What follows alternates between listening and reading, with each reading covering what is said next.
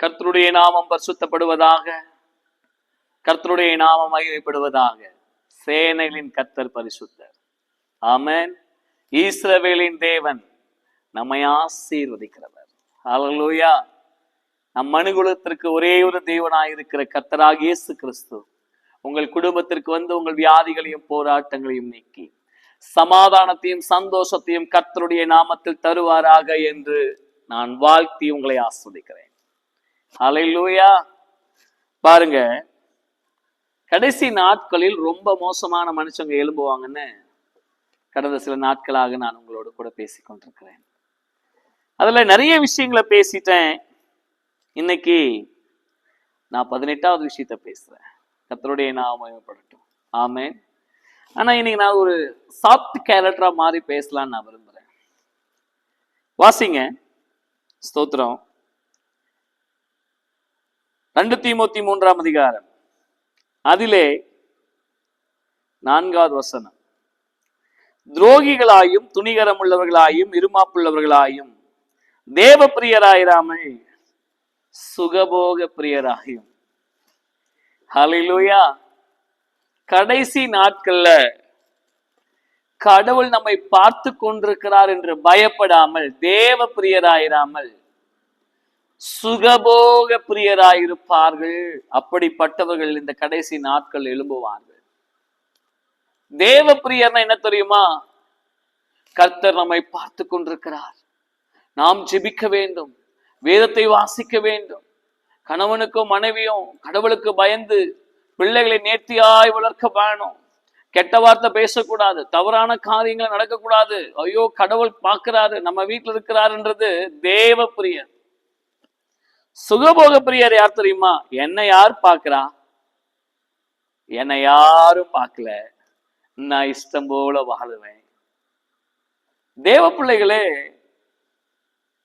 சுகபோகமா வாழ்றதுங்கிறது ஒரு மனுஷனுடைய தனிப்பட்ட குணத்தில் ஒன்று. ஒரு காலத்துல எல்லாரும் நல்லா இருக்கணும்னு விரும்பினாங்க. இன்னைக்கு நான் மட்டும் நல்லா இருக்கணும்னு விரும்புறாங்க. ஒரு காலத்துல தேவ பயம் எல்லாருக்கும் இருந்துச்சு. இன்றைக்கு யாருக்குள்ளேயும் தேவ பயமே கிடையாது. சுகபோகமா வாழணும், அபகரிச்சு வாழணும், ஏமாத்தி வாழணும், லஞ்சம் வாங்கி வாழணும்.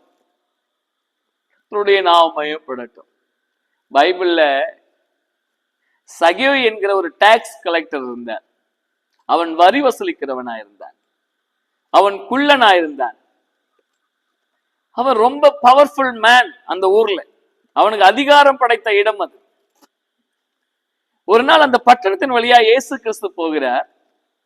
அப்ப அவன் சொல்றான், இயேசுவை எப்படியாகிலும் பார்க்கணும்னு நினைச்சான். அவன் குள்ளன் இருந்ததுனால கூட்டம் நிறைய இருந்துச்சு, இயேசுவை பார்க்க முடியல.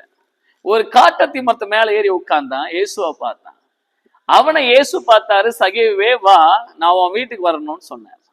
உடனே அவன் வேகமா இறங்கி தான் வீட்டுக்கு கூட்டிட்டு போனான்.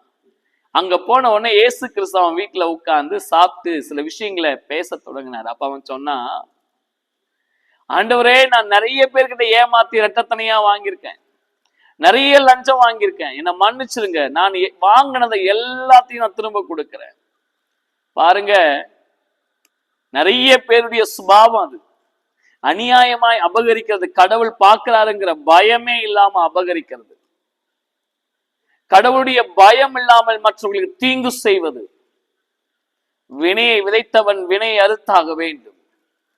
பப்பாளி மரத்துல ஸ்தோத்திரம் ஆப்பிள் அறுக்க முடியாது, ஆப்பிள் மரத்துல கொய்யாக்கு அறுக்க முடியாது. நீ எதை விதைக்கிறாயோ அதை அறுத்தே ஆகணும். நீ கடவுளுக்கு பயந்து இந்த பூமியில ஜீவித்தால் உங்கள் ஆயுசு காலம் பெருகும். உங்க பிள்ளைகளையும் உங்கள் பிள்ளைகளின் பிள்ளைகளையும் நீங்கள் பார்ப்பீர்கள். ஆனா கடவுளுக்கு பயப்படல, சுகபோகமா வாழணும்னு நினைச்சா வாழ்க்கை நல்லா இருக்காதுங்க. ஒரு வாழ்க்கை மண்ணுக்கு தானே போகுது, எப்படி வாழ்ந்தா என்ன அப்படின்னு நினைக்கிற மனுஷர்கள் பெருகி போயிருக்கிறார்கள். பாருங்க, அந்த வசனம் சொல்லுது, தேவ பிரியராயிராமை சுகபோக பிரியர். வாசிக்கலாம் ஒரு வசனத்தை. ரோமர், எல்லாம் எடுங்க. ரோமர் ஸ்தோத்திரம் 8ஆம் அதிகாரம் நான் நினைக்கிறேன். பாருங்க, ஒரு வசனம் இருக்கிறது. எப்படி மாம்ச சிந்தை தேவனுக்கு விரோதமான பகை. 6வது வசனம் பாருங்க. மாம்ச சிந்தை மரணம், ஆவியின் சிந்தையோ ஜீவனும் சமாதானமும். மனசாட்சியின்படி உங்களை படைத்த கடவுளுக்கு பயந்து நடக்க கற்றுக்கொள்ளுங்கள். மாம்ச சிந்தை மரணம். சுகபோகமா வாழ்றங்கிறது மரணத்துக்கு சமம். எப்படி வேணாலும் வாழலாம் நினைக்கிறது மரணத்துக்கு சமம். சுகபோகமா இல்ல, கடவுளுக்கு பயந்து வாழ கற்றுக்கொள்ள வேண்டும். எப்பவுமே எல்லா சூழ்நிலையிலும் கடவுளுக்கு பயந்து வாழுங்க. அவர் உங்களை பார்த்து கொண்டே இருக்கிறார். அவருடைய நன்மை உங்களுக்கு உண்டாகும். ஆமென். மனுஷனுக்கு பயப்படுறோமோ இல்லையோ, கடவுளுக்கு பயந்தாகும். அல்லேலூயா. கடவுளுக்கு பயப்படுவீங்களா? சுகபோகமா இல்லாம கடவுளுக்கு பயந்து அவருக்கு பிரியமா வாழ கற்றுக்கொள்ளுங்க. எது இருக்கோ இல்லையோ, அவர் என்ன நினைக்கிறாரோ, கடவுளுடைய சித்தம் என்னவோ அவருடைய சித்தத்தின்படி நம்ம வாழ்ந்து முடிக்கணும். கர்த்தருக்கு பயந்து வாழ்வோம். கர்த்தர் நம்மை ஆசீர்வதிப்பார். God bless you.